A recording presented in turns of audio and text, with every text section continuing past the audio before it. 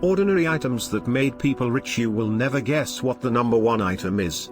Like and subscribe for weekly videos. In the comments below, list one topic you think should be in a top 10 video and comment if you subscribe to this channel. Everyone likes to imagine that there might be a Picasso hidden in the attic. But it is a sad fact of life that when we finally get around to cleaning out the clutter, most of us will uncover nothing but dust bunnies.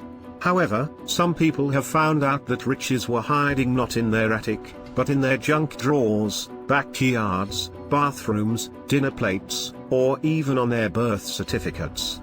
And the things that they made fortunes from weren't as rare as a work of art, they were things that almost everyone today can find or buy cheaply. Read on to find out about 10 ordinary items that made their owners rich. 10. A name. When Jason Sadler's mom told him his stepfather was filing for divorce, Sadler responded to the news with a joke. Sadler told his mom he'd just have to sell off his last name to avoid being stuck with the family name of a third divorced dad. That joke became reality half a year later when Jason Sadler created a website called buymylastname.com. Sadler offered to change his last name to an advertising billboard for any company willing to pay for the privilege. What would happen if Nike wanted to change Jason's name to Jason Just Do It? Jason would just do it indeed, as long as the dubbing was for the highest price offered. Within 24 hours of the auction opening, his name's selling price skyrocketed to $30,000. 40 days later, Jason was paid $45,000 to legally become JasonHeadsets.com. While Mr. Headsets.com may be a memorable title, Jason decided he would not settle on that last name either. Headsets.com did not go back to calling himself Jason Sadler. Instead, he auctioned off his last name again, and for $50,000 Jason was now Jason Sufrap. What is in a name? Almost $100,000, apparently. 9. A cup of coffee. On a cold winter day, Stella Liebeck and her nephew drove up to a McDonald's drive-thru. After ordering a cup of hot coffee, Liebeck spilled it on her lap as her nephew pulled the car away. Stella Liebeck then sued the restaurant chain for damages and won big time. In the first court case that followed, Liebeck versus McDonald's, the jury awarded her $3 million in compensation. Though a judge later reduced this prize to about $500,000, and Liebeck may have settled for a lesser amount later, that payout does not seem bad for spending 15 minutes at a fast food franchise, though maybe not worth spending months in the courtroom. But before we all head out to the nearest drive-thru with a hot beverage in one hand and a phone ready to speed dial our lawyers in another, this settlement did come with a cost greater than coffee-stained pants.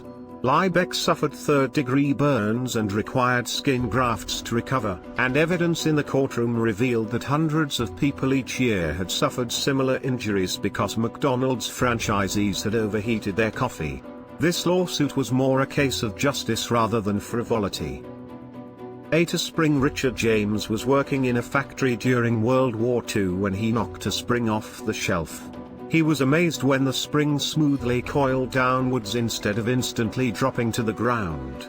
As the spring hit the floor, an idea hit him: what if he could make a coil that would double as a child's toy?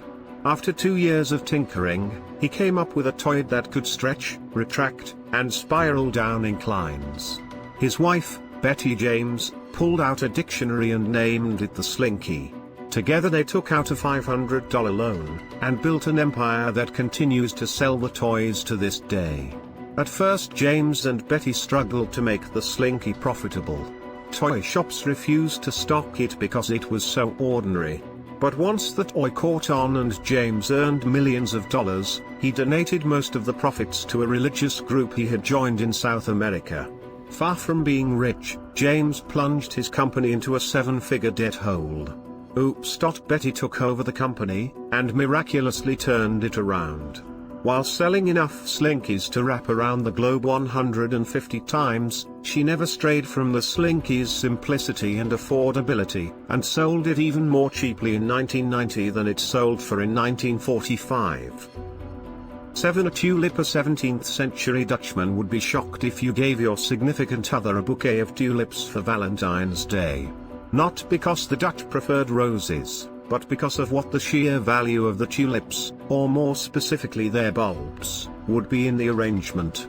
In the 1600s, tulips had just arrived to the Netherlands from what is now Turkey. A virus had afflicted harvests, which caused each tulip to be colored in its own unique pattern. Curiously, the diseased flowers became worth even more than tulips that were healthy.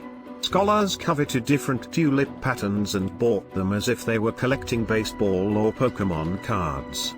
Soon the population caught on that people in academia would buy uniquely patterned flowers at almost any cost, and prices for the tulips soared. By 1637, it would be possible for you to exchange a single bulb for one of the largest, most fashionable, houses in all of the Netherlands. While prices collapsed less than a year later, people made and lost fortunes for what today we give out freely as gifts. 6. Rock Gary Dahl was drinking at a bar when he came up with a concept that would take the 1970s by storm and make his company over $1 million in revenue. In a conversation with his friends, he came up with the ultimate pet. It would be docile, housebroken, shed no hair and have a long lifespan too.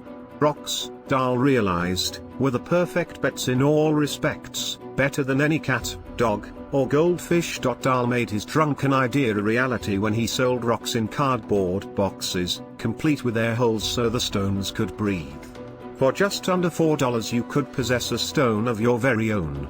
A manual included in the package explained how to care for the rock along with the tricks it could be taught. Among other sardonic jokes, it gave instructions on how a pet rock could be trained to play dead. The rock's sheer absurdity caught the whimsy of Americans everywhere. Though anyone could pick up a feral rock in their backyard, the pet rock's value as a gag gift made them fly off the shelves. 5. Garbage. As anyone who lives in a city can tell you, litter is worse than worthless. A New Yorker named Justin Gignac was convinced otherwise. He believed that if someone packaged something right, it would sell, and clearly his point has been well proven by other items on this list also. He began to collect garbage off the streets and arrange it in glass smell-proof boxes. Gignac sold them for $10 a pop, and people bought them as souvenirs. He raised the price to $50, and people bought them as artwork. Today the New York garbage costs $100 per cube, and according to his website at the time of this writing, is completely sold out, in not too dissimilar a fashion to New York City itself thanks to de Blasio. 4. Air. We breathe about 23,000 times a day. While we may spend money on basic necessities such as food, water, shelter, and electricity, nobody would even imagine paying for air. Right? 2 Canadians proved that people will pay for the stuff they breathe when the pair began bottling the air in the Rocky Mountains and selling it for $24 a can. Chinese customers, choking in smog-filled cities, began to purchase the bottles both as a joke to protest against poor air quality, or so they say, and for whiffs of pure, unpolluted air, more likely. 3 Poop. We flush our waste down the toilet every day without much thought. If we excreted gold instead of poop, we might think twice about doing so. Artist Piero Manzoni believed that his own waste was just as valuable as gold.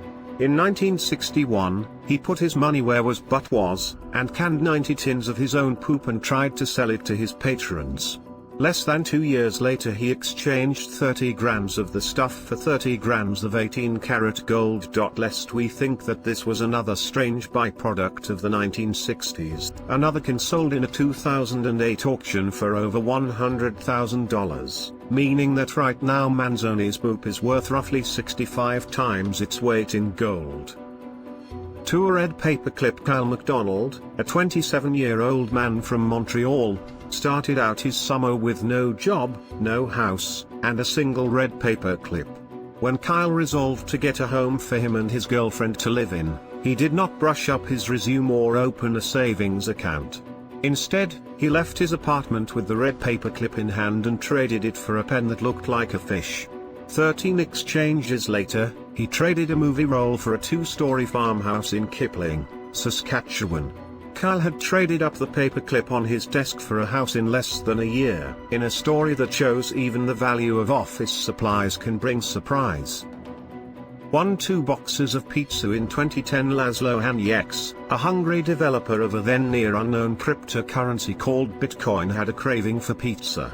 Under the internet handle Laszlo, he offered 10,000 bitcoins to anyone who would order him 2 pizza pies. 9 years later in 2019, those 10,000 bitcoins are worth far more dough than the flour in 2 large pizzas.